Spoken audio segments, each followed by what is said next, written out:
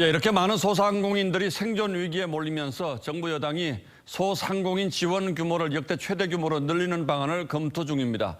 1인당 최대 지원금을 기존의 900만 원에서 3천만 원으로 올리는 안이 추진되고 있다고 하는데 이게 어떤 효과가 있을지 따져보겠습니다. 윤슬기 기자, 최대 3천만 원이라고 하는데 어떤 분들이 이 정도의 지원을 받을 수 있습니까?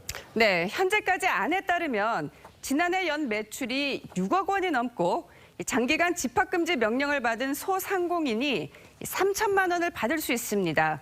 통계청에 따르면 2018년 소상공인 연 매출이 평균 2억 3,500만 원으로 집계되는데요. 코로나가 터진 작년 매출은 이보다 훨씬 줄었을 가능성이 높아서 실제로 3천만 원 지원을 받을 대상자는 극히 제한적일 것으로 보이죠. 예, 뭐 3천만 원 받는 분들은 많지 않을지 모르지만 그래도 위기에 빠진 많은 소상공인들에게 대한 지원 규모가 늘어나긴 하는 거죠.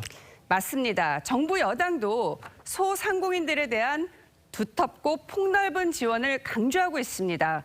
그래서 지원 금액도 기존의 최대 900만 원에서 3천만 원, 지원 대상도 113만 명에서 191만 명으로 확대하기로 한 거죠.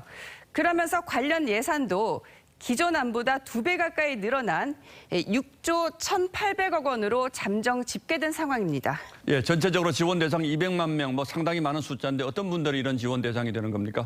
네, 기본적으로는 지난해 8월부터 올해 6월까지 집합금지나 영업 제한 등의 조치를 단 한 번만 받아도 지원금 대상이 됩니다.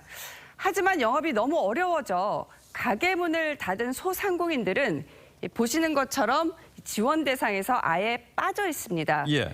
지난해 3분기 서울시만 놓고 봐도 점포 폐업률이 16%나 되는데요. 청와대 게시판에도 1년 반을 버티다 최근 폐업을 했는데 지원금을 못 받게 됐다는 하소연들이 눈에 띕니다.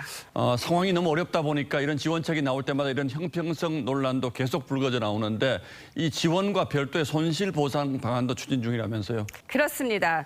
이 정부의 집합금지 조치 등으로 피해를 본 업체 96만 곳이 오는 10월부터 총 6천억 원 규모의 손실 보상을 받을 예정입니다.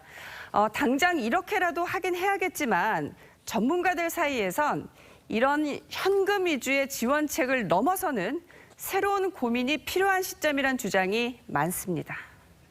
지원책보다는 자영업자에 대해서 사실은 제대로 영업할 수 있고 자유롭도록 만들어줘야 돼요. 예, 코로나가 워낙 길어지다 보니까 이제 방역과 경제 사이에 적정한 지점이 어디인지를 정말로 고민해야 될 시점이 됐다는 뜻이군요. 그렇습니다. 예, 윤슬기 기자 잘 들었습니다.